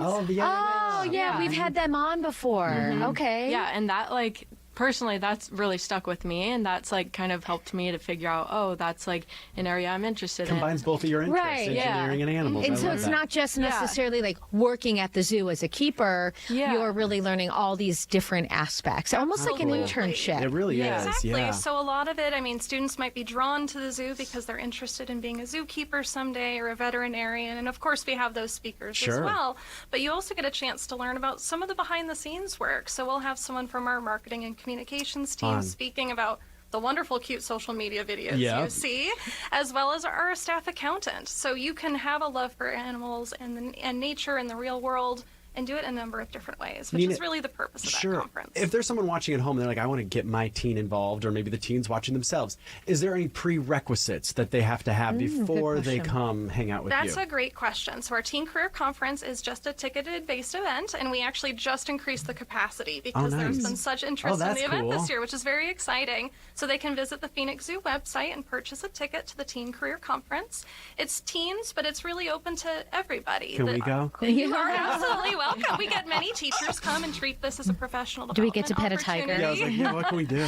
You won't get to pet a tiger, but you will get to see some of our wonderful ambassador animals as a way to make the day still fun. Very fun. And Lexie, you mentioned it too. I did an internship, and I was I think I want to go into the TV world. But once you kind of are immersed, you're yep, definitely. Or maybe this isn't it. This isn't it. You really have to have the experience and talk to different professionals, and in order to figure out what you're going to do and what you maybe don't want to do. You really don't know until you try something. Excellent. Okay, so tickets are $30. The event is Saturday, February 21st, all dayer, 9 to 3, and we'll put all that information up for the website and how people can get that info. Yes, absolutely. All right. Nice Good luck. Thank you so much. I hope you're building those bridges someday soon. I know. Lexie, we're going to look for you on the side of the road with your hard hat on, helping those animals cross safely. Awesome. I love it. Thank you. Thank you so much. All right, we're going to talk about the symphony now. Yeah? Okay. So this is fantastic. We've had the symphony on a couple of times already. They're good friends of Fox 10 Talks with Ty and Anita. Chris Powell is the Vice President of Artistic Planning. Artistic planning. We missed a word. It just says artistic planning. But you are also artistic. Yes. Happy New Year to you. Happy New Year. It's nice to be back. You were here last with a really, really fun event. How did that go? Oh, it went fantastic. And we had our holiday pops. We've had constant concerts since the beginning of the year. And February is no different. All right, so let's go over kind of what folks can experience if they head out to the symphony. Anything for Valentine's Day? Valentine's Day, we're going to be playing with the ballet. Every year, the symphony plays with their 2 storybook ballets and also Nutcracker. So this one is Alice in Wonderland, and that's next week. And so that hits on Valentine's Day. That'll be beautiful. But this week, we have a beautiful classics concert. Our conductor is Tito Munoz, and we're performing, probably everybody knows from Disney's Fantasia. Remember the Sorcerer's Apprentice where Mickey Mouse is the magician and makes all the brooms? Yeah. Yes, exactly. So that's going to open the concert. Oh, how cool. And then also that really beautiful piece by Elgar called Enigma Variations. And all you have to do is look it up on Spotify and you'll know immediately, oh, that's that. Everyone's heard that one before? A very beautiful, very accessible, easily understood concert. There's nothing unusual about it. But Friday mornings for our classics concerts are something we'd love for people to know about, and that is that they're at 11 a.m. and so you don't have to worry about all the the nighttime traffic, the parking, all the being tired. Yeah, well, there's that. Friday nights are I'm tired Friday nights. It's been a long week waking up at 2 a.m. Exactly. So we have a slightly shortened program. Nice. It's 90 minutes, no intermission. That's cool. You'll get most of the program in those 90 minutes, and they happen every Friday of our classical series. Oh, cool. And then, like I said, there's the ballet. The week after that, we're going into Pop's world, and we're disco divas. And Tamika fun. Lawrence, who is a Phoenix native, she's a tremendous singer. She was here on New Year's Eve, which I know was the event we were talking about the last time. It was really fabulous. But she'll be back to sing in the Disco Divas program. And then to end the month is another classics program, and that is our kickoff of our America at 250 concert. Cool. Yeah. And it's all American program, but it's music from written practically yesterday to 100 years ago. Oh, so that's incredible. We have Gershwin and Copeland in that program. It's a Gershwin piano concerto with Stuart Goodyear playing. Incredible piece. And then a really unusual piece that we're excited about, American Mason Bates. And the piece is called The Rhapsody of Steve Jobs. Oh, exactly. Fantastic. And, Unfortunately, we have about 30 seconds left. How do people find you guys? How do they buy tickets and pick the best show? Oh, absolutely. PhoenixSymphony.org. You'll also see our box office phone number on that if you have special questions. But tickets are available for everything we're doing. Okay, we'll see you again in March then. I'm sure spring will be just as exciting as winter. Absolutely. Some cool stuff going on. We love that you come in every month. So we appreciate it. It's nice to be here. Have a great rest of your day, you guys. Bye, we'll see you back here tomorrow.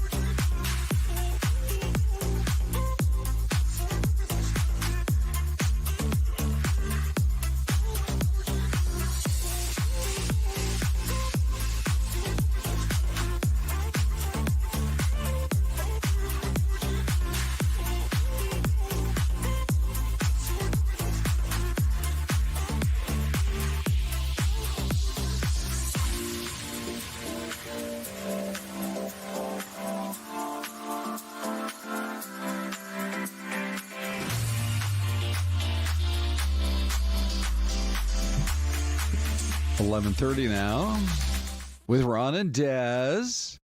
And it's if you happen through the hills of Tennessee and you just are in that pretty little town of Crossville, you might notice there's still some ice on top of the pond out there in Crossville. I saw a report, or not a report, but like a post on social media from a prominent sportscaster, Des, who lives in the Nashville area. Oh, we talked about this, where he said it's now been 8 days. In fact, we just talked about it day before yesterday. It's still been 8 days, and there are people in his neighborhood with no power. Oh yeah, people are still without power. I can't hear you. Give me a 1, 2, 3. 1, 2, 3. I better try that other. Test 1, 2, 3. Oh. Okay, can try to switch. Switch. Here we go. This is going to be the magic mic. Is this one working? I don't know. Can you hear her? Okay. Hi. Okay, I'm checking with Simone. Mic check. 1, 2, 1, 2. Okay, Simone can hear you. You can hear I just me? can't hear you. Yeah. Yeah. All right. All right. We're going to have an engineer take a look. Actually, yeah, I can hear Ron in my headpiece, but I can't hear myself either, so I don't know. But as long as the audience can hear me. All right. Believe me, we got our engineers on speed dial. Hey, Big D, are you here? Is Dave here right now? No? I'm wondering about these live pictures coming in and whether we can take them on ENG 21. Does anybody know? I don't want to go to it unless we're certain. Anyway, it's a streaming show, and we just kind of fly by the seat of our pants. Yeah. So wow! Look at the headphones; they're disappeared. Not funny. Yeah. Oh, look at that! Nice. Well, I wear them every day. Green magic. Because we always got folks. I know, but that's weird. They're not green, right? No. I know. That's so funny. Okay. Good morning, you guys. Happy Wednesday. It is midweek already. Yeah. How are you feeling? Feeling great. I feel like here on Fox 10 Talks, we've had a couple of really good shows. Yeah. Really it's been a busy week. Yes. There's a lot going on. Correct. Every day I feel like you're out at some fun event or meeting cool new people. Like today, getting ready for the Super Bowl. What was going on? Oh, my goodness. We were at 2 bars in Glendale, one for the Patriots, one for the Seahawks. The first was Charlie's Place, the home of Pats fans. Yes. And it was fun. They taunted me. I didn't appreciate it. Yeah. The guy goes, oh, let me tell you, know what a Buffalo fan has never seen? And then he does this, Ron. Yeah. With all the Super Bowl rings I saw that the guy. Patriots have. Yeah, of course. And you're like, brother, you are not my best friend. So that was fun. That was fun. And so was the Seahawks bar, Cheers Tavern. So if you're out in Glendale and you want to join in, there you go. Good. Yeah. Okay, I see Big D now. Dave, do you know, can we take these live pictures? We were just in a meeting about how we love those live images coming in. Are we able to take those pics out of Cali on ENG 21? Okay, we're still waiting for confirmation. Okay, anyway, let's move on because it's a pretty big day in our state when it comes to immigration. Yeah, we have the Secretary of the Department of Homeland Security here, Kristi Noem, is in Nogales, and I believe she did give an update earlier on just how she's feeling about the president's immigration stance on immigration and how things have been going at the border this last year. Here she is. Forget how bad it was just a little over a year ago. And the importance of the accomplishment that has happened over this last year cannot be forgotten. Hardworking Americans all along this southern border were devastated. They were trying to do their jobs, educate their kids, and protect the future when they were handed this humanitarian crisis and saw the horrors of what was happening when millions of people were crossing our border unvetted, when they were trespassing onto private property. We had crimes being committed.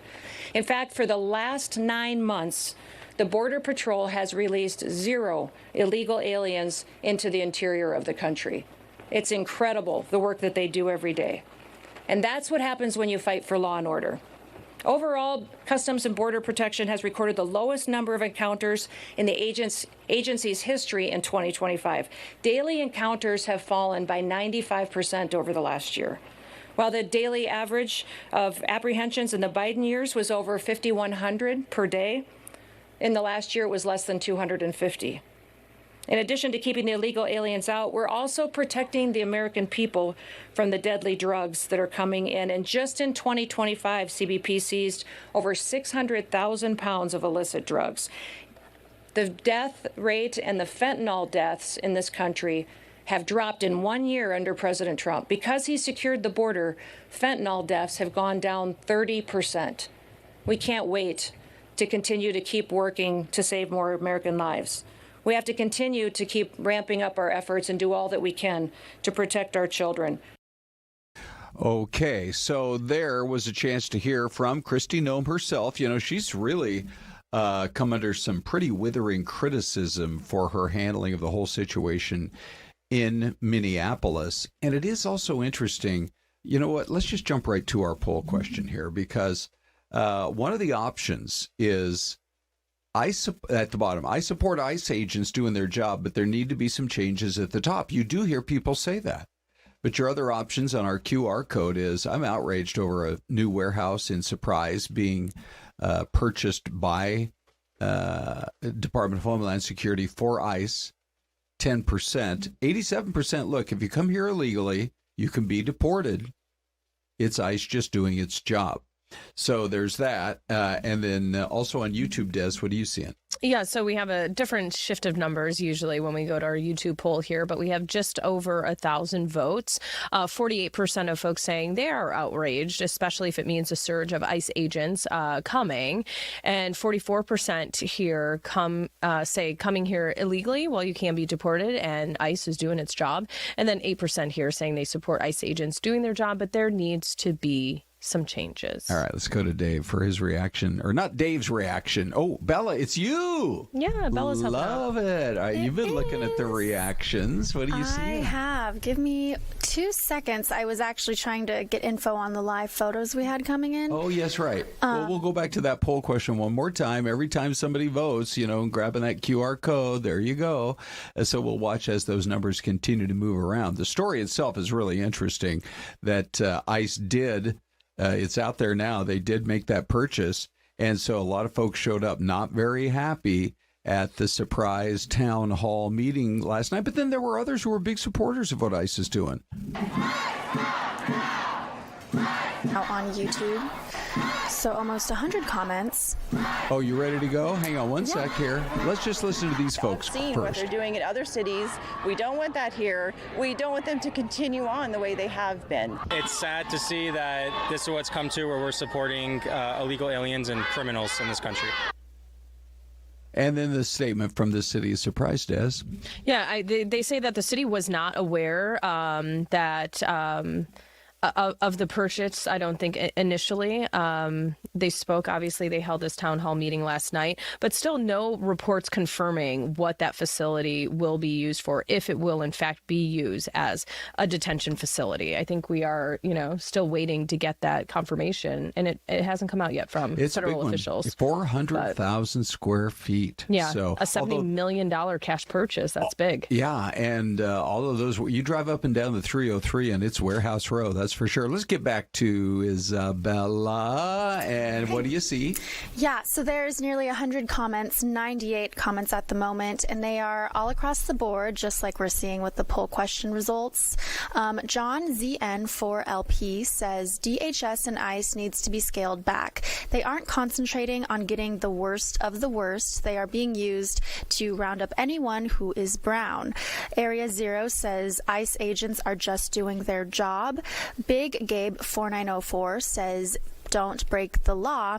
And Jayville 87420 says Phoenix needs to be cleaned up. I support this happening in Surprise. Okay, well, there you go. Low Philosophy, by the way. This is the cool thing about YouTube is we get the input from you guys. Low Philosophy is saying the big argument here would be asylum versus amnesty. You take in less than amnesty, but you make sure they are vetted. They also get a foot in the door for citizenship. Asylum does not grant that kind of protection. So a lot of people have plenty of opinions on it, Des. Mm-hmm. Yeah, absolutely. Brandy the Bookworm is in our chat this morning, too. Oh, they're chatting about something else. Oh, yeah. What's she talking about? She's thanking Catherine. She says, with some of the talking about the cat, issues. I think, or Oh, okay. Issues with her kidney. Oh, okay, Brandy. Okay, well, we love you, Brandy. That's for sure. She makes sure she's there every single day. Okay, let's get you another update on what's been going on with this whole situation regarding Nancy Guthrie. You probably have heard some of the very latest that they felt like the newest twist was the sheriff had to go out on Facebook, on social today to say, we don't have a person of interest, because there were some reports that were out there that they might have. And now here TMZ is talking about getting an alleged ransom note.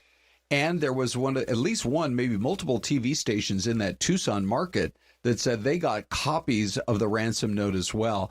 But it is just every bit as likely it's a hoax, or it's a copycat, or it's a fake, that it's anything real. And because at this point, we do know law enforcement has said she had to be taken against her will. She couldn't walk because of mobility issues more than 50 yards out of that house. So somebody had to take her. And, the only confirmation that we have so far from them is that they did find some blood there at the home. And all they have said so far is they have been able to confirm that some of it does belong to Nancy. So right, because we heard that yesterday, that they did test DNA samples from the scene, and it came back hers. But I think you would assume that this is her home, this is where she lived, her DNA would probably be there. But then I think when we pair that with the video that came in of some of the evidence there on the scene, and you see blood droppings in the walkway, just it's unsettling for sure. And time and time again, we do keep hearing her limited mobility, and the sheriff was very clear yesterday, Sheriff Nanos, that she was taken against her will. That is something that has stuck. But yeah, there was a report that came out, I think earlier this morning, TMZ had shared that maybe a potential suspect in this could have been a brother-in-law, son-in-law, but that they are coming out and saying is not true. There is no suspect right now. Yeah. Okay. Well, it's the kind of story that I think the whole country's on edge about it. I really do. And so when you get up in the morning and you turn on the TV, or you join us here online on Fox 10 Talks on YouTube, we know you want to know the very latest. Irene did tell us that the sheriff's office down there said, look, we're not going to do another news conference until we have new information to pass along. And as of right now, they're just going through leads. Yeah. Yeah. Okay. Right. Well, let's do this. Let's take a break. Let's look at another snowy city. At least you can tell for a while it hasn't snowed, because they managed to get most of the streets plowed, but it's still out there on the sidewalks. Careful walking. What am I talking about, Des? You dealt with this every winter for your entire life till you moved here, right? Yeah. Yeah. Okay, Mystery Cam, we'll be right back. Get your guesses in.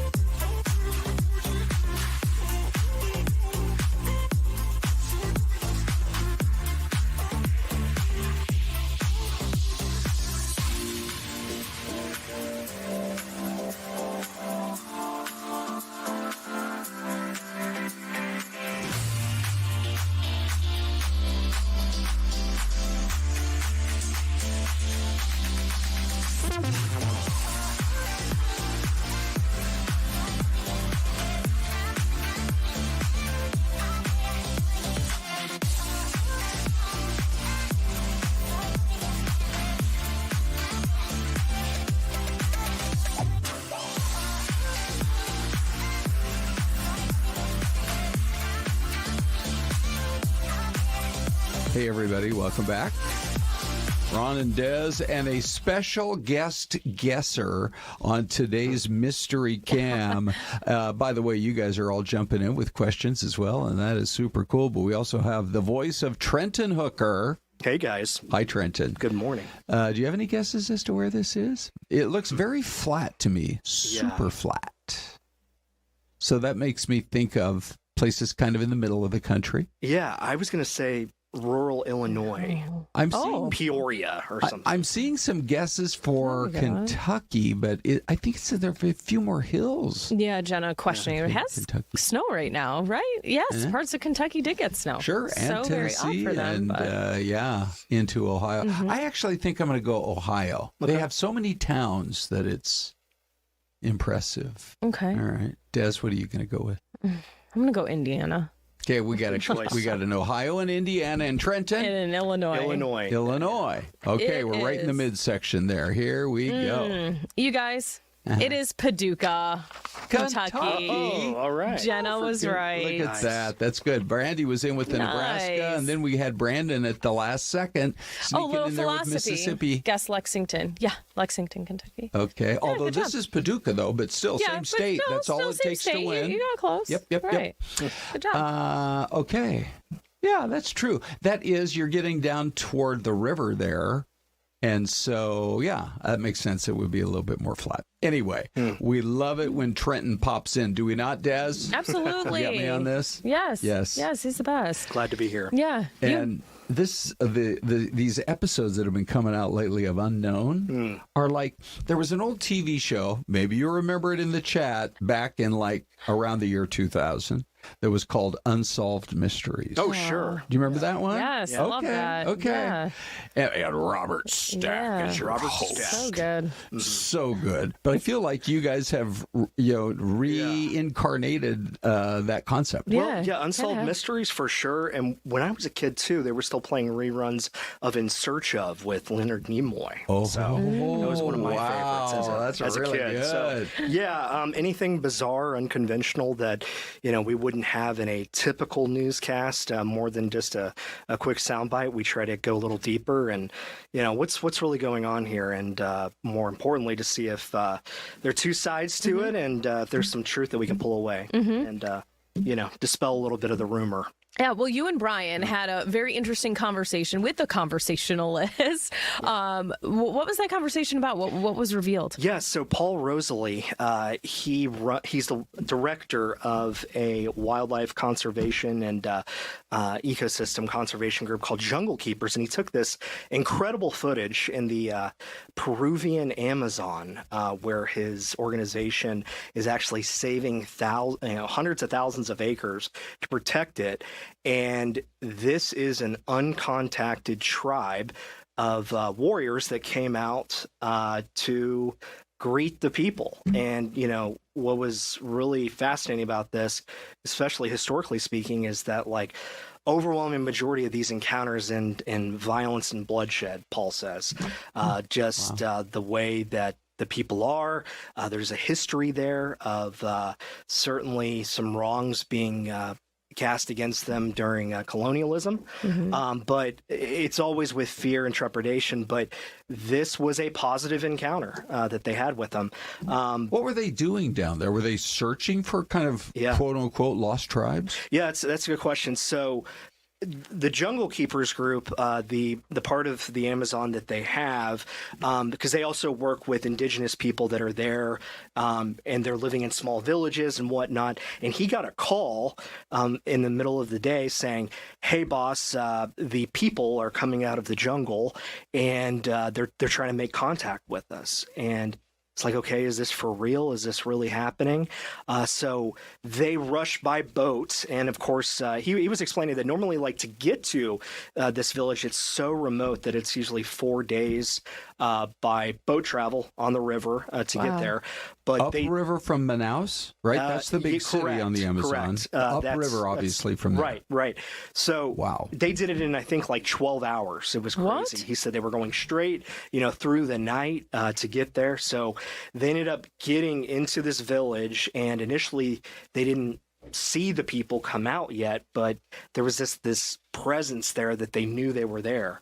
And if we want to play the first soundbite, he explains like that moment of what it was like when they finally came out. What's going through your mind of, is this going to end with hostility, with bloodshed, or could it be something else?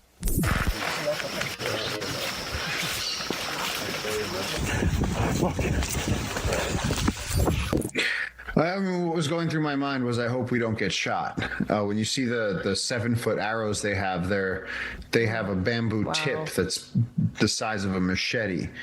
And these people don't have an allegiance to a collective law like we do. They have their own set of rules. And so they won't hesitate to shoot first and ask questions later. And so the first thing that was going through my mind was for our safety. And because, we didn't contact them, they contacted us. We were just there in the community because the community was scared. And then these people came out. They didn't have to. Wow. Incredible. How did he get into conservation? That's a great question. We asked him about that. So he says when he was always interested in the outdoors and trying to explore new places. He's a kid from New York City, Manhattan, and his parents really couldn't keep him down in the concrete jungle. So age 18, he flew to Peru and wanted to go out and see these unexplored places. Wow. And in the process of doing that, met a lot of indigenous people that were there. And the fascinating part too is just in the time, the 20 years that Paul's been in Peru, he says the illegal mining, illegal logging have just devastated the rainforest there in the Peruvian Amazon. And so his mission with Jungle Keepers is fascinating because you would think that because of all the natural resources that are there, people are paying so much money for them that they would be immense riches. But he explains that these people, who all of them pretty much, who are doing the illegal mining and the illegal logging, are indigenous people themselves who are from that jungle, and they're getting paid nothing to go and cut down their homes. But his mission with Jungle Keepers was the idea of if we just pay them a little bit more to be rangers to where they can protect their home, they would be incentivized to want to do it. And that offer, even to people who, weeks before were cutting down or, engaging in illegal mining, when they're presented with, there's a way that I could feed my family and actually have a living and at the same time protect my home, they're all for it. So it's a fascinating mission, how he got into that. And do you want to set up this next clip? Yeah, we can actually play Saw 3. That would be great. And he gets into that. How has that changed your perception about A, these people, but B, your mission, and with those takeaways of these are part of a larger family that we all have on this earth? Well, I think you said it right there. Is that we have to learn to think as a global society, and so these strangers walking out of the forest and raising their hand and saying, "Brothers," there's so many other creatures that we share this planet with, and people forget that. They forget that we're just one among many. There's reptiles, amphibians, birds, mammals. The oceans are filled with fish and whales and sharks, and the treetops are singing in the Amazon with billions of heartbeats. And there's just these skyscrapers of life, these ancient trees. And if we start to change the way we think, where it's not all about us. Well, Bill, going back to the tribe, though, essentially these are Stone Age people that are living uncontacted, in the jungle. And the way that they're living is just fascinating because the local knowledge that they have with the different plants, the different trees, and medicinally to be able to stave off a lot of the diseases that, would normally infect the population. But at the same time, too, the outside diseases that can come in, that's a big part of Paul's mission here, where this actually happened a year ago with the encounter, but they wanted to wait to make sure that, they were doing it in a right ethical way, and more importantly, that people weren't going to be going out to search for these people. But he talks about how they live, and it's just truly incredible. Tell us more about how they live, why they're there, why they never move somewhere else, their customs, their traditions, language, a little bit how they make it in the jungle. We don't know how they make it in the jungle. They are walking around barefoot and naked. And again, all of them had their penises tied up with either natural rope or rope that they stole from logging camps. So some of them had modern nylon string. They live primarily on monkeys and turtles. They're expert marksmen with the bows and arrows. And so they're able to shoot monkeys and birds out of the trees, even at something like 50 meters. They have incredible accuracy. And again, these are huge arrows, 7-foot arrows. We know that they don't really fish. We never find fish bones in their camps. They are nomadic. They don't have a permanent place that they stay. They move through the forest, hunting and sleeping in different spots.